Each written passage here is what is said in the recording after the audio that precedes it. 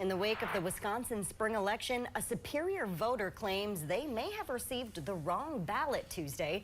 That concern has now triggered an investigation into one of the city's precincts. In Northern News Now's Madison Green has been working to learn what initiated this investigation and joins us live in studio. Madison, what happened here?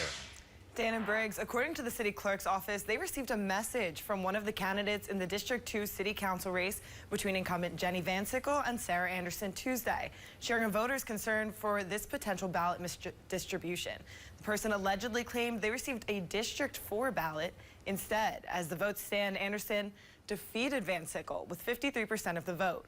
The District 4 election was uncontested. The city clerk's office will now look into the records of that precinct to compare the number of voters who should have received each ballot and compare it to the actual number of each ballot distributed. The clerk said she does not believe there will be enough of a discrepancy to trigger a revote for the District 2 race. Neither Anderson nor Van Sickle say they initiated an investigation. Van Sickle said she has accepted the results and congratulated Anderson. In the state of Wisconsin, there are no automatic recounts following an election. A candidate may initiate a recount in an election if there's a difference of 40 votes or less.